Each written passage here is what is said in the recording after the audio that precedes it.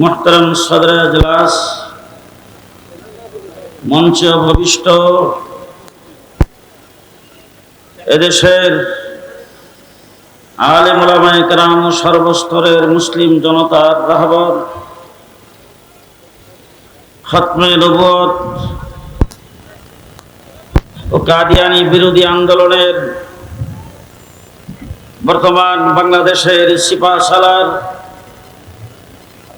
হযরত মধুপুরের পীর দামাত বারাকাতুহুল আলিয়া, বুজুর্গানে দ্বীন উলামায়ে কেরাম, আজিজ তোলাবা, সমবেত বেরাদারান ইসলাম, ব্যাখ্যা বিশ্লেষণ করে কথা বলার সময় নাই। মুহাম্মদুর রাসূলুল্লাহ সাল্লাল্লাহু আলাইহি ওয়াসাল্লাম সর্বশেষ নবী। এই বিষয়ে কোন প্রকার দলিল চাওয়া, দলিল দেওয়া, এটা সাহাবায়ে কেরামের সুন্নতের খেলাফ। সুতরাং আমার রাসূল সাল্লাল্লাহু আলাইহি ওয়াসাল্লাম সর্বশেষ নবী। হুজুরের পরে কোন ব্যক্তি নবী দাবি করবে, সেই ব্যক্তি বিনা দলিলে কাফের। 1993 সনে শাইখুল হাদিস আল্লামা আজিজুল হক রাহমাতুল্লাহি আলাইহি জামিয়া রহমানিয়া মাদ্রাসায় বসে আমাকে বলেছিলেন, জুনায়েদ, বকশীবাজার কাদিয়ানীদের হেডকোয়ার্টারের সামনে আশেপাশে কোথাও একটা খতমে নবুয়ত সম্মেলন করো, 7 মিনিটে কিছু কই। বকশীবাজার আলিয়া মাদ্রাসার মাঠে খতমে নবুয়ত সম্মেলন। শাইখুল হাদিস রাহমাতুল্লাহি আলাইহি সেখানে একটা বক্তব্য রেখেছিলেন, এটা আমি আপনাদের সামনে সংক্ষেপে নকল করতে চাই। তিনি বলছিলেন, ইমাম ফখরুদ্দিন রাজি রাহমাতুল্লাহি আলাইহি সব সময় আল্লাহ সম্পর্কে দলিল তালাশ করতেন। রাস্তা দিয়ে যাওয়ার সময় লোকজনকে জিজ্ঞেস করতেন, এই মিয়া তুমি মুসলমান? বলে হ্যাঁ। কেমনে মুসলমান হইলা? বলে আল্লাহ স্বীকার করছি, আল্লাহ রাসূল স্বীকার করছি, আখিরাত স্বীকার করছি, মুসলমান হয়েছি। বলে আল্লাহ যে স্বীকার করছো, তোমার কাছে কোনো দলিল আছে? তো সমস্ত মানুষকে জিজ্ঞেস করলে বলে যে হুজুর কোনো দলিল তো নাই, বাপ দাদা মুসলমান ছিল, মসজিদের ইমাম সাহেবের কাছে শুনছি, তার দিকে গেছিলাম শুনছি, এরকম কথাবার্তা বলে। আর উনি বলতেন, তোর কাছে কোনো দলিল নেই, তুই কিসের মুসলমান? এই করতে করতে উনি গেছেন, যাই দেখেন একটা লোক ক্ষেতের মধ্যে কাজ করতেছে, কাপড় কাঁচা দিছে ফাঁসা বাইর করে।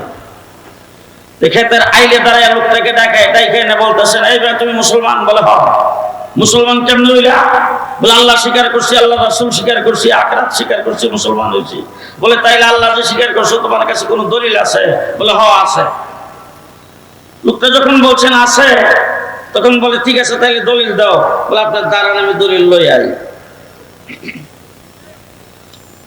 উনি এখানে দাঁড়ায় দাঁড়ায় মনে মনে ভাবতেছে, বোধহয় বাপ দাদা বড় কোনো আলেম ছিল, গড়ে মনে হয় পুরানো কোনো কয়েকটা কিতাবাদি আছে, এইগুলি আইনে হয়তো সে আমাকে দিয়া বলবেন যে এইগুলি পইরা আমার বাপ দাদারা আল্লাহ সম্পর্কে দলিল পাইছিল, আপনি পইরা বাড়ি করে নেন। যাই হোক, আসুক দেখি কি দলিল দেয়। কিছুক্ষণ পরে লোকটা বাড়ির থেকে বের হয়ে আসতেছে, দলিলের বংশ নাই, মুড়া দেখে একটা বরাক বাসের গুরু। অনেক এলাকার মানুষ বরাক বাস কারে কয় এখানে বোধহয় সবাই চিনবে না।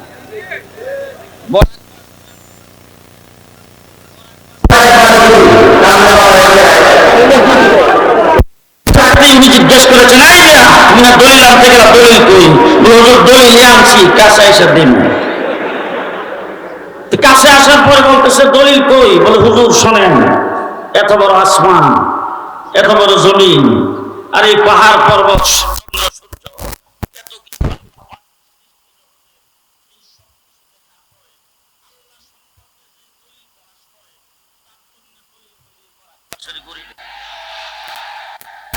শাইখুল হাদিস আল্লামা আজিজুল হক রাহমাতুল্লাহি আলাইহি বলেছিলেন, আজকে 1450 বছর হযরতে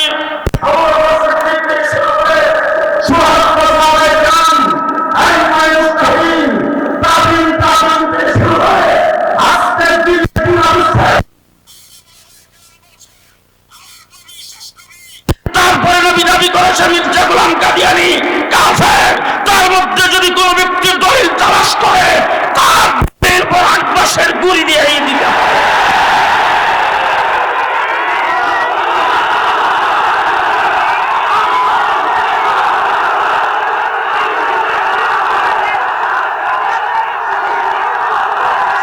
সাথীরা, বন্ধুগণ, কাদিয়ানীরা সিদ্ধান্ত নিয়েছেন বাংলাদেশের বড় বড় শহরগুলো 64টা ডিস্ট্রিক্টের সব জায়গায় তারা আহমদিয়া কমপ্লেক্স করবে।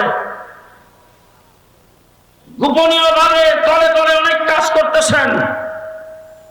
আজকের সম্মেলন আমার বন্ধু মাওলানা মাসুদুল করিম সাহেব যখন বলেছিলেন আমাকে, আমি মনে মনে ইচ্ছা করছিলাম যে কিছু সাত মিটার কম। 3 নম্বর প্রশ্ন, তরান নবীর কালিমা কি? 4 নম্বর প্রশ্ন, তরান নবীর দাফন করছত কই? প্রশ্ন কয়টা মনে রাখতে পারবেন? 1 নম্বর প্রশ্ন, তরান নবীর কি নাম? আল্লাহ পাক পৃথিবীতে 100 লক্ষ নবী প্রেরণ করেছেন, সমস্ত নবীর নাম মুফরাদ,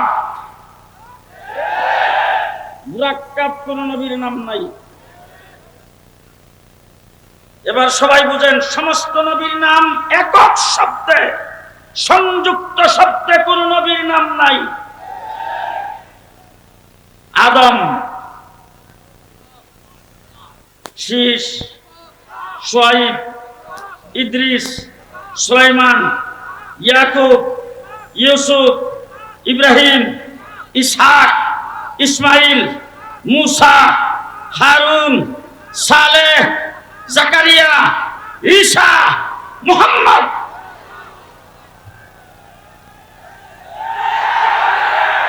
হের নাম মির্জা গোলাম আহমদ কাদিয়ানী। এটা নবী না দাজ্জাল, নবী না কায্যাব, নবী না কাফার। ডাইনে বামে দেখতে হবে, কেউ যদি না কয় মনে করবেন হে হে দলের। নবী না কাফার। 2 নম্বর জিজ্ঞেস করবেন, তরান নবীর উহি কি? উলামায়ে কেরাম এখানে বসে আছেন। যত নবী আল্লাহ যত জায়গায় প্রেরণ করেছেন, প্রত্যেক নবীর মাতৃভাষায় আল্লাহ পাক উহি নাযিল করেছেন। আমার নবী কোথায় জন্মগ্রহণ করেছেন? আরব দেশে। কোরআন কোন ভাষায়? জি, আরবি ভাষায়। মির্জা গোলাম কাদিয়ানী তার কিতাবে নিজে লেখছে, আমার কাছে জিবরাইল আমিন এসে উহি নাযিল করতেন, আল্লাহর পক্ষ থেকে আমার কাছে উহি আসতো। কোন সময় ইংলিশ, কোন সময় উর্দু, কোন সময় আরবি, কোন সময় হিন্দি। সে বলছে আমার কাছে আল্লাহ উহি নাযিল করেছেন, I love you, I shall help you. এটা নবী? জি। 3 নম্বর প্রশ্ন করবেন, তরান নবীর কালিমা কি? হযরত আদম আলাইহিস সালামের উম্মতের কালিমা লা ইলাহা ইল্লাল্লাহ। আদম সফিউল্লাহ। নূহ আলাইহিস সালামের উম্মতের কালিমা লা ইলাহা ইল্লাল্লাহ, নূহ নাজিহুল্লাহ। হযরত ইব্রাহিম আলাইহিস সালামের উম্মতের কালিমা লা ইলাহা ইল্লাল্লাহ, ইব্রাহিম খলিলুল্লাহ। হযরত ইসমাঈল আলাইহিস সালামের উম্মতের কালিমা লা ইলাহা ইল্লাল্লাহ, ইসমাঈল জবিহুল্লাহ। হযরত মূসা আলাইহিস সালামের উম্মতের কালিমা লা ইলাহা ইল্লাল্লাহ, মূসা কালিমুল্লাহ। ঈসা আলাইহিস সালামের উম্মতের কালিমা লা ইলাহা ইল্লাল্লাহ, ঈসা রূহুল্লাহ। আমার নবীর উম্মতের কালিমা লা ইলাহা ইল্লাল্লাহ, মুহাম্মাদুর রাসূলুল্লাহ।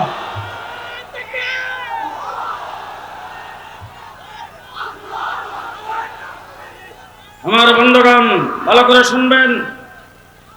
আপনাদের এখানে চৌরাস্তা পার হয়ে যাইতে হাতের পায়ে অনেকগুলি হোটেল আছে। হোটেলের ট্রেড লাইসেন্স আছে না নাই? যদি ওই নামে ওখানে যেই হোটেল, যেই নাম, এই নামের আরেকটা হোটেল যদি এইখানে কেউ করে, জি, হোটেলওয়ালারা তখন বাধা দিবে কিনা? জেলখানার ভিতরে জর্দার অর্ডার করলাম, জর্দা হাকিমপুরি, জর্দা না দিল হাকিমপুরি। হাকিম আর হাকিম দন্তান মর ব্যবধান। আমি দেখা একই রকম রঙের প্যাকেট, একই রঙের সব। আমি দেখা বললাম যে এটা কি, খাওয়ার পরে বুঝছি যেটা হাকিমপুরি না। এরপরে নাম দেখে দেখি একটা অক্ষরের ব্যবধান। আমাদের এইখানে হযরত মাওলানা মামুনুল হক, মাওলানা সাখাওয়াত হোসেন আর অনেকে ছিলেন। একসাথে বসে আলোচনা করতেছি, দেখলেন নকল মানুষে কিভাবে করে। ওনারা আমাকে বুঝাইলো যে নকল করলেও সাবধানতার সাথে করছে। যদি এই নর জায়গা যদি মডা থাকতো তাইলে হাকিমপুরি যিনি আবিষ্কার করেছেন হাকিমপুরি কোম্পানিওয়ালা তার বিরুদ্ধে কেস করতে পারতো। এখন হাকিমপুরি কোম্পানিওয়ালা কেস করতে পারবে না, তার কারণ হলো অক্ষরের ব্যবধান।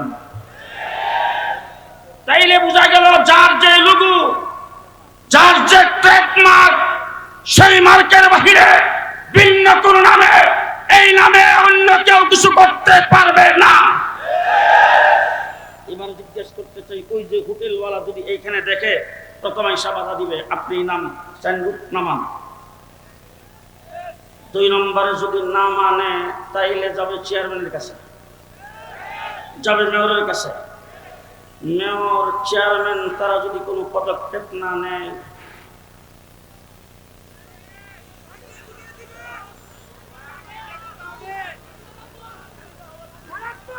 পরিষ্কার ভাষায় বলতে চাই, মির্জা গোলাম কাদিয়ানীর অনুসারীরা তাদের সেই উপাসনালয়ের সামনে মুসলমানদের কালিমার সাইনবোর্ড ঝুলানো থাকবে। সেটা যদি সরকারি ভাবে নামানো না হয়, ভেঙে নিষ্পার করে দাও।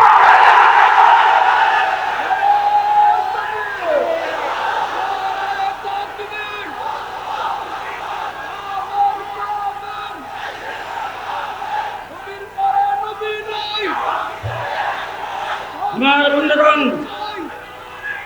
উলামায়ে কেরামকে সাক্ষী রেখে বলতে চাই, সেজদা কার হক? সেজদা কার হক? চোখের অপারেশন হয়েছে, ডাক্তার বলছে নিচে সেজদা করা যাবে না, কার হক? ডাক্তার বলছে নিচে সেজদা করা যাবে না, আপনি তখন সেজদা না দিয়ে ইশারার মাধ্যমে নামাজ আদায় করতে পারেন, আল্লাহর হুকুম মাফ। রমজান শরীফের মাস, রোজা ফরজ, কার হক? ডাক্তারের কাছে গেছেন, আপনার গ্যাস্ট্রিক আলসার, আপনি অসুস্থ, ডাক্তার বলছে যদি আপনি রোজা রাখেন তাহলে অসুস্থতা বেড়ে যাবে, আল্লাহর হক মাফ।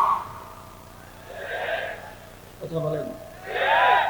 পরিষ্কার কোরআনে কারীম আল্লাহ পাক বলেছেন, আন-নাবিয়্যু আওলা বিল মুমিনিনা মিন আনফুসিহিম। আমার রাসূল বলেছেন, লা ইউমিনু আহাদুকুম হাত্তা আকুনা হাব্বা ইলাইহি মিন ওয়ালিদিহি ওয়া ওয়ালাদিহি ওয়ান নাসি আজমাইন। আরে আল্লাহর হক, আল্লাহর হক। অসুস্থতার কারণে জান চলে যাবে, রোগ বেড়ে যাবে, এই জন্য আল্লাহর হক মাফ হয়ে যায়। কিন্তু আমার রাসূলের উপর যদি আঘাত আসে, রাসূল বলেছেন তোমার জান চলে যেতে পারে, আমার হকের ব্যাপারে আপোষ করা যাবে না।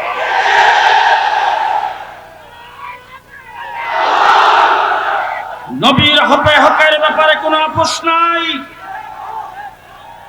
ঠিক কিনা বলেন? লা ইলাহা ইল্লাল্লাহ মুহাম্মাদুর রাসূলুল্লাহ কার কালিমা? কার কালিমা? আরো আস্তে, কার কালিমা? উম্মতে মুহাম্মাদের কালিমা, ঠিক না বেঠিক? এটা আমাদের ট্রেডমার্ক, এটা আমাদের সাইনবোর্ড। এটা যদি কোনো হিন্দু লাগায় বরদাস্ত করা হবে না, খ্রিস্টান লাগাইলে বরদাস্ত করা হবে না। সুতরাং কাদিয়ানীদের উপাসনালয়ের সামনে মুসলমানের কালিমা থাকবে, সেটা বরদাস্ত করা হবে না, হবে না, হবে না।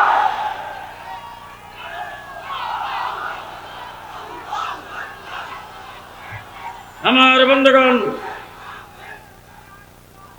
আমার বন্ধুগণ ভালো করে শুনেন, মির্জা গোলাম আহমদ কাদিয়ানী সেরাক বিবির পোলা। মার আসল নাম গেসুরি বেগম, বাবার নাম গোলাম মুর্তজা, মার ডাক নাম হলো সেরাক বিবি। সেরাক বিবির পোলা 100 কানা, বহুমূত্র বিমার ছিল, তহসিলদারির চাকরি করত, মুক্তারি পরীক্ষা দিয়া ফেল। আমি এখন আপনাদের জিজ্ঞেস করতে চাই, আল্লাহ পাক 1,24,000 পয়গম্বর প্রেরণ করেছেন। সমস্ত নবী যে যেই যুগে নবী হয়ে আসছেন, সমস্ত নবী ওই যুগে ওই উম্মতের মধ্যে সবচাইতে বেশি সুন্দর এবং নিখুঁত। কোন কানা খুরা আতুল্লুলা আল্লাহ নবী বানাই নাই। আপনাদের এই গাজীপুরের রাস্তায় গাড়ি চলে কিনা? জি, গাড়ি চলে। 2 লাইটওয়ালা গাড়ি, 2 লাইট। আমার প্রাইভেট কারের লাইট কয়টা? মাইক্রো, ট্রাক, বাস 2টা। আপনাদের এই দিক দিয়ে যাইতেছি, বুটবাজার পার হওয়ার পরেই হঠাৎ করে আমার ডান সাইডের লাইট জ্বলে না। পুলিশে গাড়ি থামাইছে, থামাইয়া পুলিশ মোবাইলে কথা বলতেছে, আর আমার ড্রাইভার ইশারা দিয়ে বলতেছে নাইমা দেখার জন্য। ড্রাইভার আমার বলতেছে হুজুর লাইটটা যে জ্বলে না, এই জন্য বোধ হয়। ড্রাইভার গাড়ি থেকে নামছে, আমি গাড়ি গ্লাস খুলে পুলিশে ডাক দিলাম, বাবা কি হয়েছে? হুজুর লাইট একটা জ্বলে না। আমি বললাম যে লাইটটা চৌরাস্তা পার হওয়ার আগে হঠাৎ করে ঠাস করে কি যেন আওয়াজ হলো, লাইটটা বন্ধ হয়ে গেছে। এখন তো আমি ঢাকা পর্যন্ত যাইতে হবে, রাত্র বাজে এখন 3টা। আমি তখন রাস্তার কোথাও তো লাইট সারাইতে পারবো না। পুলিশ বলতেছে 2 লাইটওয়ালা গাড়ির এক সাইডের একটা লাইট যদি নষ্ট থাকে, না জ্বলে, এই গাড়ি রাস্তায় চলার আইন। দুনিয়ার মানুষের বানানো আইনে রাস্তায় 2 লাইটওয়ালা গাড়ির একটা খারাপ থাকলে যদি দুনিয়ার মানুষের বানানো সড়কে চলার আইন না থাকে, আল্লাহর সৃষ্টি জগতের রাস্তায় এক চোখওয়ালা নবীও চলার আইন নাই। জিজ্ঞেস করবেন তোরা নবীরে দাফন করছো কই? কারণ নবীদের জন্য আইন হলো নবী যেখানে মারা যাবে সেখানেই দাফন। আমার নবী মুহাম্মদুর রাসূলুল্লাহ সাল্লাল্লাহু আলাইহি ওয়াসাল্লাম মারা গেছেন কোথায়? ইন্তেকাল করেছেন কোথায়? আম্মা জান আয়েশা সিদ্দিকার হুজরার ভিতরে দাফন করা হয়েছে কোথায়? যদি বলে যে যেখানে মারা গেছিল সেখানেই দাফন করছি, নবী পায়খানা কইরা মরে, এটা নবী? জি। আর যদি বলে এখান থেকে লাইরা অন্য হানি না দাফন করছি, নবীর জন্য তো আইনই নেই। কথা বুঝে আসছে? শেষ কথা আপনাদের সামনে বলতে চাই, আমার দেশে হিন্দু, বৌদ্ধ, খ্রিস্টান আছে না নাই? বুদ্ধিস্টরা বুদ্ধিস্টের ধর্ম পালন করে কিনা? হিন্দুরা হিন্দুর ধর্ম পালন করে কিনা? খ্রিস্টানরা খ্রিস্টান ধর্ম পালন করে কিনা? খ্রিস্টানদের বড়দিনের সমাবেশ আমাদের দেশে হয় কিনা? হিন্দুরা হিন্দুদের পূজা মণ্ডপে মাইক লাগে আমাদের দেশে তারা বয়ান বিবৃতি দেয় কিনা? হিন্দুরা এই দেশে মন্ত্রী মিনিস্টার হতে পারে কিনা? এমপি হতে পারে কিনা? চেয়ারম্যান হতে পারে কিনা? বড় অফিসার হতে পারে কিনা? প্রধান বিচারপতি হিন্দু হয়েছে, আমরা কোনো প্রতিবাদ করে নাই। বাবু সুরঞ্জিত সেন মন্ত্রী হয়েছে, আমরা কোনো প্রতিবাদ করি নাই। এই দেশে হিন্দুরা হিন্দুদের পূজা করে, আমরা কোনোদিন বাধা দেই না।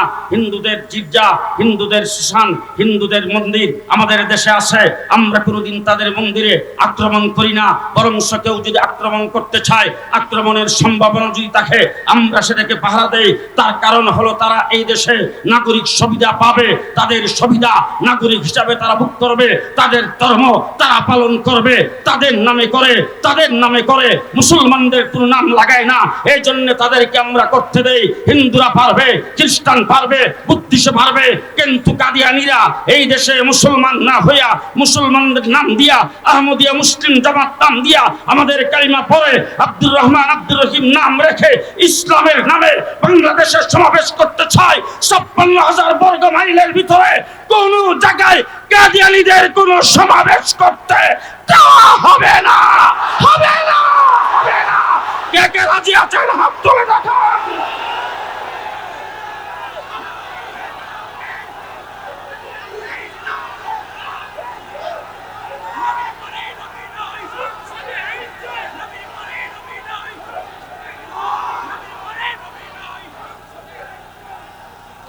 মুসলমান, মুসলমান, শেষ কথা আপনাদের সামনে বলে যাচ্ছি, কাদিয়ানী বাংলাদেশে থাকবে, অমুসলিম হয়ে থাকবে, হিন্দু বৌদ্ধ খ্রিস্টানের মতো থাকবে।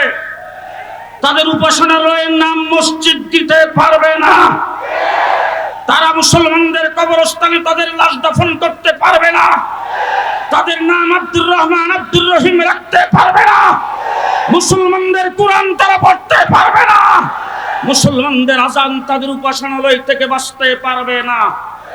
হিন্দু বৌদ্ধ খ্রিস্টানের মতো হয়ে তারা এই দেশে বসবাস করবে। এটার ঘোষণা দেওয়ার দায়িত্ব কার? আস্তে কার দায়িত্ব? কার দায়িত্ব? কার দায়িত্ব? আমরা চাই, তোমরাও বলো যে সংখ্যালঘু, আমরাও চাই সংখ্যালঘু। হিন্দু আমাদের দেশে সংখ্যালঘু, বুদ্ধিস্ট সংখ্যালঘু, খ্রিস্টান সংখ্যালঘু, তাদের মতো সংখ্যালঘু জাতি হিসাবে, অমুসলিম হিসাবে, ভিন্ন কোনো ধর্মের নাম দিয়ে আমাদের দেশে কাদিয়ানিরা থাকবে, নাগরিক সুবিধা ভোগ করবে। আমরা তাদের বিরুদ্ধে কিছুই বলবো না, কিন্তু যতদিন পর্যন্ত তাদেরকে অমুসলিম ঘোষণা না হবে আন্দোলন চলতে থাকবে। কিন্তু একটি কথা বলতে চাই, যদি কাদিয়ানিদের এই তৎপরতা চলতেই থাকে, ব্যবসা বাণিজ্যে তারা যদি এইভাবে দখল করতেই থাকে, তাদের উপাসনালয়ের সামনে আমাদের কালিমা যদি ব্যবহার করতেই থাকে, মুসলমানদের ধৈর্যের সীমা আছে। আজকে দাবি জানাচ্ছি, আগামী শুক্রবারে দাবি জানাবো, তবে যেদিন ধৈর্যের সীমা ভেঙে যাবে, বাংলাদেশের কোন জায়গায় কাদিয়ানীদের কোন একটি আস্তানা থাকতে দেওয়া হবে না, থাকতে দেওয়া হবে না, থাকতে দেওয়া হবে না। শেষ কথা আপনাদের সামনে, শেষ কথা আপনাদের সামনে, মধুপুরের পীর সাহেব হুজুর এবং এই দেশের উলামায়ে কেরাম ঐক্যবদ্ধ হয়ে যদি এই ঘোষণা দেয়, মধ্যখানে একটা জুমলায়ে মুতারাজা বাইতুল মুকাররমের খতিব ওবাইদুল হক সাহেব রাহমাতুল্লাহি আলাইহি, দেখেন ওনার নাম শুনেন, উনি বলছিলেন, উনি 1952-53 ওই সময়ে উনি চলে গিয়েছিলেন পাকিস্তানে। উনি ইউসুফ বিন নুরি রহমতুল্লাহ আলাইহির মাদ্রাসায় তিনি পড়ার পরে এই সুবাদে হযরত তকি উসমানী দামাত বারাকাতুহুম রফি উসমানী রহমতুল্লাহ আলাইহি খতিব সাহেবের ছাত্র। তো উনি বলছিলেন যে যেদিন কাদিয়ানী বিরোধী আন্দোলনে নামেন, ওই দিন বখারি পড়াইবার দায়িত্ব ওবাইদুল হক সাহেবকে দিয়েছেন ইউসুফ বিন নুরি সাহেব। ছাত্রদের সামনে কাফনের কাপড় দেখায় বলছেন, আমি কাফনের কাপড় নিয়ে মাঠে যাচ্ছি, কাদিয়ানীদের যদি অমুসলিম ঘোষণা হয়, আমি যদি বেঁচে থাকি তাইলে তোমাদের সঙ্গে দর্শে দেখা হবে, নতুবা আমি শহীদ হয়ে যাব, কাফনের কাপড় আমার সাথে আছে, কিন্তু এই মাসালার খতম করে তারপরে ফিরব।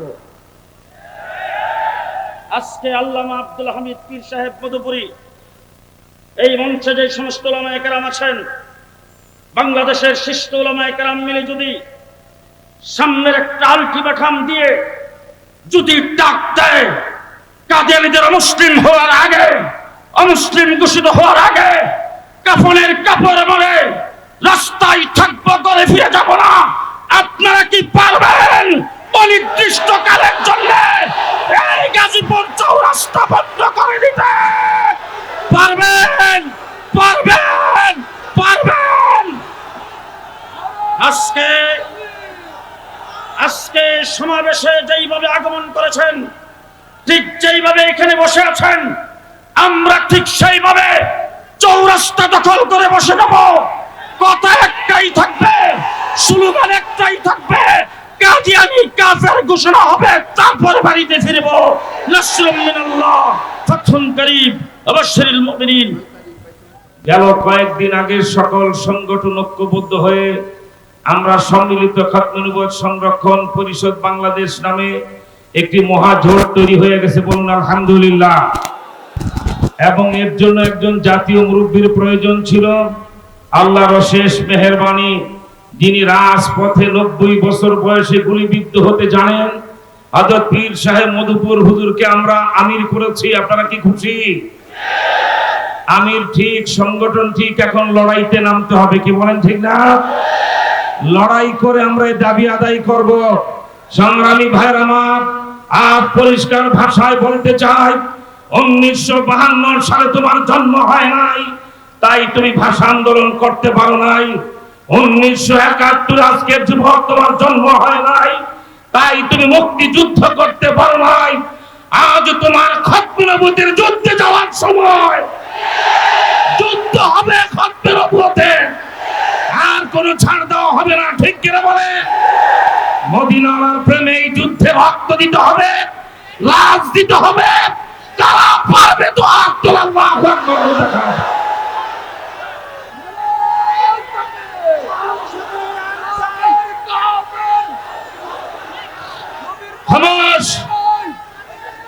একটি বিষয় আমাদের মুহতারাম আমিরের সামনে মা পরিষ্কার করলাম। আমির ঠিক, সংগঠন ঠিক, এবার লড়াই হবে, ঠিক কিনা বলেন? এবং সে লড়াইতে আমরা সবাই প্রস্তুত। 2 নাম্বার বিষয় হলো এই লড়াইয়ের প্রথম সূচনা হবে জাতীয় মসজিদ বাইতুল মোকাররমের সামনে পরশু শুক্রবার ইনশাআল্লাহ। শুধু নবীজির প্রেমে কারা বাইতুল মোকাররম মসজিদে জুমার নামাজ পড়ে সেদিন ঢাকায় আমরা ঐতিহাসিক সমাবেশ দেখায় দেব। কারা যেতে রাজি 2 হাত তুলে আল্লাহু আকবার বলে হাত উঁচু করে রাখেন। এই হাত কি আপনারা মুহতারাম আমিরকে খুশি করার জন্য তুলেছেন না আল্লাহকে খুশি করার জন্য? এই হাত আমাদের জন্য না নবীজির জন্য? ওয়াদা শুক্রবারে ঠিক থাকবে ইনশাআল্লাহ। আল্লাহ কবুল করুন, বলুন আমিন। সময় সংক্ষিপ্ত, যেহেতু আসরের আজান হবে, মুহতারাম আমির বক্তব্য রাখবেন। আরেকটি ছোট্ট বিষয় আপনাদেরকে বলি, খতম নবুয়ত কি, কাদিয়ানীরা কাফের কেন? অনেক লম্বা কথা আমলোক বুঝে না, আকীদার লম্বা মারফেস আমলোক বুঝে না। অল্প কথায় বলে দিবেন খতম নবুয়ত কাকে বলে।